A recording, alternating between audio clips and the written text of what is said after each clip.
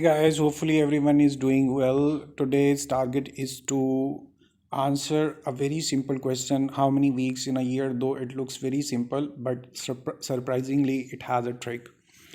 अच्छा, हम चूँकि अपने दिनों को याद रखते हैं पहले, और एक सिंपल सी चीज़ समझते हैं कि जो डेज़ हैं वो एक वीक में कितने होते हैं और एक मंथ में डेज़ कितने होते हैं और एक ईयर में कितने डेज़ होते हैं.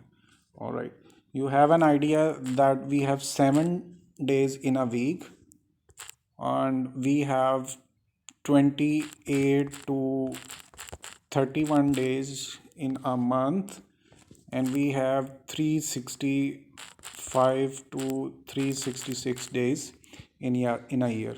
यहाँ पे ना हम सिंपल ये बात समझे हैं कि जो दिनों की तादाद है वो वीक में, मंथ में और ईयर में कितनी होती है, और ये बात सबको पता है और मैंने इसीलिए पहले इसको अंडरस्टैंड करवाने की कोशिश की है.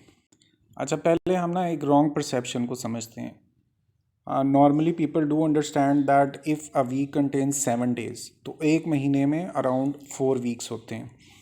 तो अगर आप वीक्स की बात कर रहे हों तो आपको समझ लग रही होगी कि हम रॉन्गफुल वे के अंदर कैसे समझते हैं कि अगर एक हफ़्ते में 7 दिन हुए और एक महीने में 28 डेज़ हुए तो नॉर्मली हम समझते हैं कि एक माह में 4 हफ्ते होते हैं.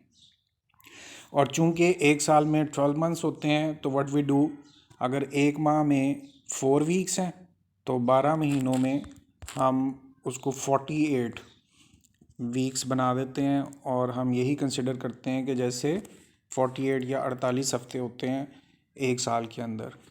अच्छा, अब मैं यहाँ पर आपसे सिंपल एक रिक्वेस्ट कर रहा हूँ, इट्स अ रॉन्ग डीड. साल में 48 हफ्ते नहीं होते. अब इसके बाद हम 6-7 स्टैंडर्ड में एक बहुत ही सिंपल मेथड यूज़ करते थे जिसको यूनिटरी मेथड बोलते हैं. वैसे जो उर्दू मीडियम वाले लोग हैं उसे इकाई का कायदा बोलते हैं.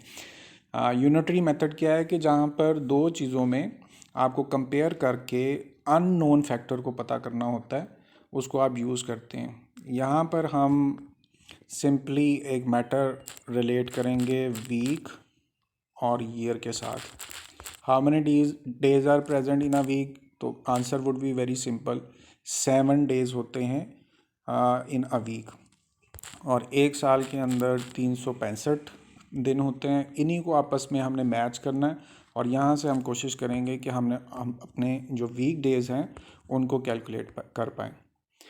अच्छा, अब आप ये देखिए कि अगर 7 दिन होते हैं एक हफ़्ते के अंदर और 365 डेज़ होते हैं पूरे ईयर के अंदर, तो इससे आप जब कैलकुलेशंस कंप्लीट करेंगे वीक की तो वो कैसे करेंगे.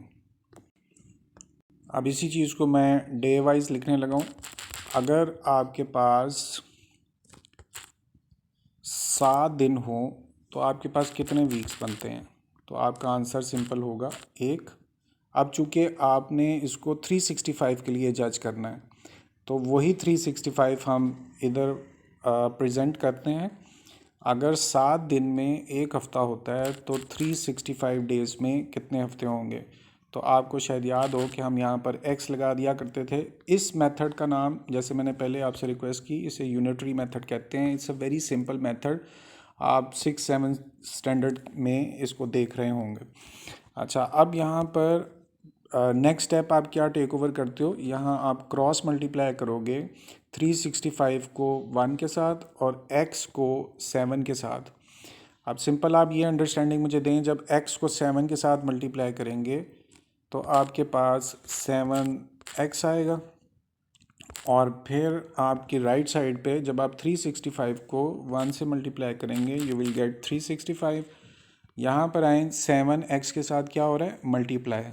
और जब आप उसको इज इक्वल टू के राइट साइड पे लेकर जाएंगे तो जो चीज़ लेफ़्ट पे मल्टीप्लाई हो रही है उधर जाके डिवाइड हो जाएगी. अगर यहाँ 7 को राइट साइड पे लेके जाना है तो सिंपली इस साइड पे सिर्फ x बचा और फिर 7 को चूँकि आप दूसरी साइड पे लेके गए हैं तो वहाँ ऑलरेडी 365 पहले से मौजूद था और 7 यहाँ पर आके डिवाइड हो जाएगा.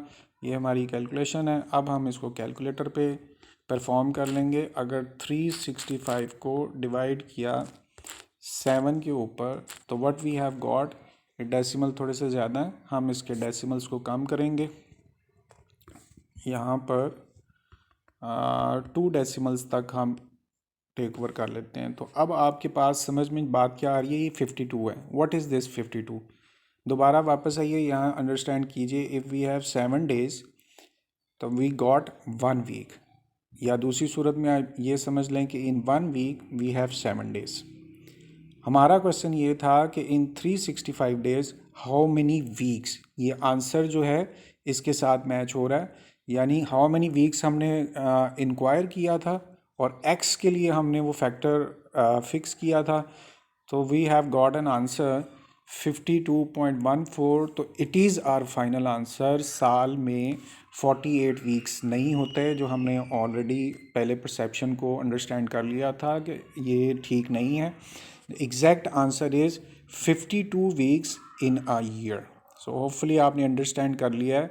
हमारे पास साल के अंदर 52 हफ्ते होते हैं। अब जब आप कैलकुलेट करेंगे तो सिंपली आपने इसको फैक्टर को सामने रखना है, 48 नहीं लगाना, इसको 52 वीक्स लगाना है। तो hopefully you people have understood. Thank you very much for your time. All right, we will see you again.